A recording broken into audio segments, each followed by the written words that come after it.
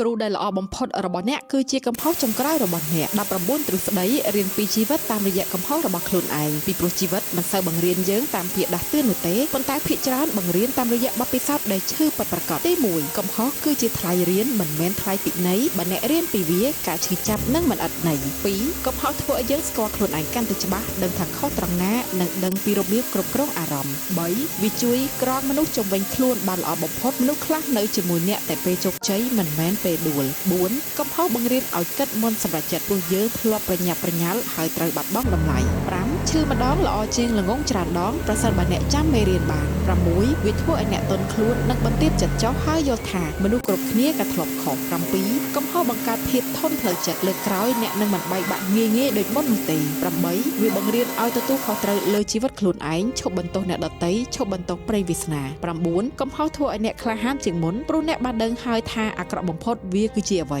10វាប្រាប់ច្បាស់ថាអ្វីមិនមែនជាផ្លូវរបស់អ្នកពីព្រោះផ្លូវខ្លះត្រូវបង្វេងមុនទើបអ្នកដឹងជាក្រោយ11កំហុសធ្វើឲ្យអ្នកជ្រើសរើសមនុស្សកាន់តែប្រសើរទាំងគូស្នេហ៍មិត្តភ័ក្តិនិងដៃគូ12វាបង្រៀនឲ្យស្ដាប់សំឡេងខាងក្នុងខ្លួនឯងព្រោះម្ដងមួយ